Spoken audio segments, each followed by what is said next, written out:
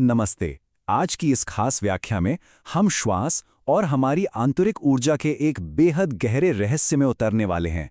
सीधा मुद्दे पर आते हैं। आज हम जिस विषय पर चर्चा कर रहे हैं वो असल में किसी भी आध्यात्मिक यात्रा की सबसे मजबूत नींव है, और वो है सुषुम्ना नाड़ी की शक्ति। क्या आप जानते हैं, ये बात मुझे हमेशा हैरान करती है कि 60-70 साल पहले हमारे गांव के जो बुजुर्ग थे वो केवल किसी की सांसों की गति को आधे घंटे तक देखकर ही बता देते थे कि व्यक्ति किसी गहरे पारलौकिक सफर पर जाने वाला है या उसका जीवन पूरा होने वाला है। बिल्कुल सच। उनका मानना था कि अगर सुषुम्ना नाड़ी 30 मिनट से ज्यादा लगातार चलने लगे तो इंसान एक बेहद गहरी ट्रांस यानी पारलौकिक अवस्था में प्रवेश कर रहा है। ये कोई जादू टोना नहीं था, बल्कि शरीर के विज्ञान की एक बहुत गहरी समझ थी। अब देखिए, आजकल हम सभी तीसरी आंख या कुंडलिनी जागरण को लेकर कितने उत्साहित रहते हैं, है ना? तरह तरह के अभ्यास करते हैं, लेकिन इस बीच हम एक बहुत बड़े आंकड़े को भूल जाते हैं, और वो है 72,000। हमारे शरीर में 72,000 नाड़ियों का एक विशाल जाल बिछा हुआ है। लेकिन सबसे बड़ा रहस्य ये है कि ये सारी की सारी नाड़ियां पूरी तरह से सिर्फ एक ही मुख्य स्रोत पर निर्भर करती हैं, और वो मुख्य स्रोत है हमारी सुषुम्ना नाड़ी। आसान शब्दों में कहें तो ये हमारे शरीर का मुख्य केंद्रीय मार्ग है, जहां जीवन ऊर्जा एक तरल रूप में बहती है।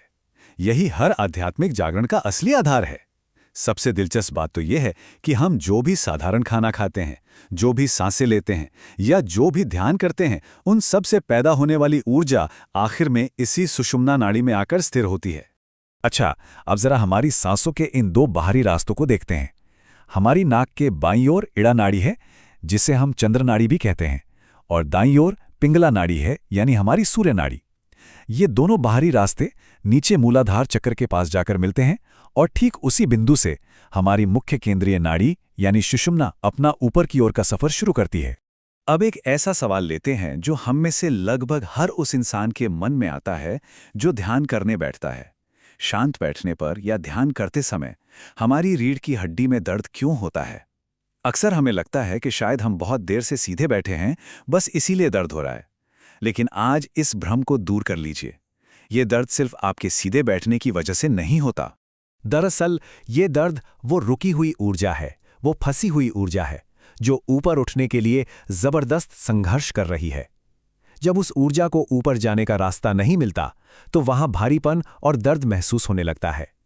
इसीलिए यह बहुत जरूरी है कि ध्यान के समय रीढ़ की हड्डी को बिल्कुल सीधा रखा जाए, ताकि ये सारी रुकावटें हटें और उस ऊर्जा को ऊपर जाने का एकदम खुला रास्ता मिल सके। तो चलिए इस ऊर्जा के अद्भुत सफर को थोड़ा करीब से समझते हैं। ये ऊर्जा मूलाधार चक्र से शुरू होती है, हमारी एकदम सीधी रीढ़ से होते हुए ऊपर उठती है, हमारी तीसरी आंख को जगाती है, और आखिर में सबसे ऊपर सहस्रार चक्र तक पहुंच जाती है। जब ये ऊर्जा बिना किसी रुकावट के बहती है ना, तब भीतर अनहद नाद गूंजने लगता है। मन बिल्कुल शांत हो जाता है, और हमारे भीतर का कंपन कुछ ऐसा बदलता है कि सुख और समृद्धि अपने आप हमारी ओर खिंचे चले आते हैं। अब आप सोच रहे होंगे कि हमें कैसे पता चलेगा कि सुषुम्ना जाग रही है? बहुत ही आसान है। जब दोनों नासिकाओं से यानी नाक के दोनों सुरों से श्वास बिल्कुल बराबर चलने लगे, तो समझ लीजिए कि संतुलन बन गया है। यही संकेत है कि केंद्रीय नाड़ी अब सक्रिय हो चुकी है। और याद रखिए, ये समय कोई काम करने या दुनिया भर की बातें सोचने का नहीं है। ये समय बस पूरी तरह से स्थिर हो जाने का है। तो इस अवस्था तक पहुंचने के लिए हमें अपने इस शरीर रूपी पात्र को तैयार करना होगा। सबसे पहले देखिए कि कौन सी नासिका अधिक चल रही है। फिर अनुलोम विलोम का अभ्यास कीजिए, ताकि दोनों नाड़ियों में संतुलन आए। और उसके बाद पूरी शून्यता की अवस्था में प्रवेश करने का संकल्प लीजिए। चलिए अब थोड़ा शांत होते हैं और देखते हैं कि ये तैयारी हमारे वास्तविक ध्यान में कैसे बदलती है। अब धीरे धीरे अपनी आंखें बंद कर लीजिए। अपने इस भौतिक शरीर को पूरी तरह से ढीला छोड़ दीजिए। मांसपेशियों के सारे तनाव को बस बह जाने दीजिए। आप आराम से बैठ सकते हैं या लेट भी सकते हैं। बस शर्त एक ही है, आपकी रीढ़ की हड्डी बिल्कुल सीधी होनी चाहिए। अपनी पूरी जागरूकता को अपनी नासिका पर ले आइए। हवा के उस ठंडे स्पर्श को महसूस कीजिए। अब एक बहुत ही गहरी सांस अंदर लीजिए। इसे केवल 2 सेकंड के लिए भीतर रोकिए, और फिर धीरे धीरे बाहर निकाल दीजिए। एक बार फिर गहरी सांस लें, 2 सेकंड रोकें और धीरे धीरे बाहर छोड़ दें। अपनी चेतना को पूरी तरह से इसी पल में ले आइए। अब बड़ी की कोमलता के साथ अपना सारा ध्यान अपने माथे के बीचों बीच अपनी तीसरी आंख पर केंद्रित कीजिए। वहां भीतर गूंजने वाले ओम के सूक्ष्म कंपन को महसूस कीजिए। अपने कंधों को, बाहों को और पेट को एकदम ढीला छोड़ दें और उन्हें एक गहरी परम शांति में डूब जाने दें। अब अपनी चेतना को वहां से हटाकर अपनी पीठ की ओर, रीढ़ की हड्डी के सबसे निचले हिस्से पर ले जाइए, ठीक वहां जहां हम बेल्ट बांधते हैं। एक गहरी, ठहराव वाली सांस लीजिए और महसूस कीजिए कि आपकी सारी ऊर्जा वहां मूलाधार चक्र पर इकट्ठा हो रही है। उस ऊर्जा की गहराई को महसूस कीजिए। बस महसूस कीजिए कि आपकी पूरी रीढ़ की हड्डी भीतर से एक दिव्य प्रकाश से भर रही है। ये ऊर्जा ऊपर की ओर खिंच रही है, सीधे आपके सिर के सबसे ऊपरी हिस्से की ओर। अपना पूरा ध्यान वहीं शिखर पर रखिए और बंद आंखों के सामने जो भी अंधेरा दिखाई दे रहा है उसमें पूरी शांति के साथ और भी गहराई से डूबते चले जाइए। अब एक बहुत ही गहरी, धीमी और सुकून देने वाली सांस अंदर की ओर लीजिए। इस ब्रह्मांडीय ऊर्जा को अपने फेफड़ों में, अपने रोम रोम में पूरी तरह से भर जाने दीजिए। और अब रुक जाइए। इस श्वास को भीतर ही थाम लीजिए पूरे 2 सेकंड के लिए।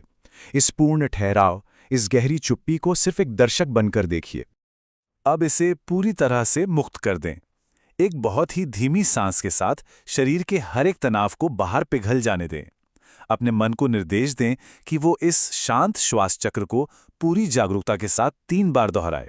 सांस लें, रोकें और छोड़ दें। अब अगले 1 पूरे मिनट तक इसी निर्मल और शांत अवस्था में विश्राम कीजिए।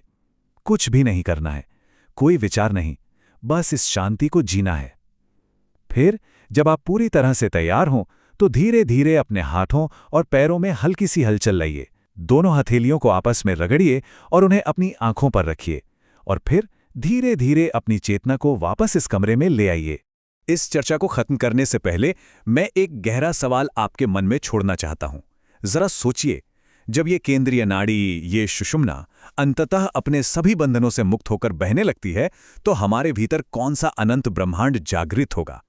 इस पर जरूर विचार कीजिएगा, क्योंकि जब ये आंतरिक रुकावटें सच में दूर हो जाती है ना, तो हमारी पूरी वास्तविकता चमत्कारिक रूप से बदल जाती है। मुझे उम्मीद है कि इस व्याख्या से आपके लिए ज्ञान का एक नया दरवाजा खुला होगा। हमारे साथ जुड़ने के लिए आपका बहुत बहुत धन्यवाद।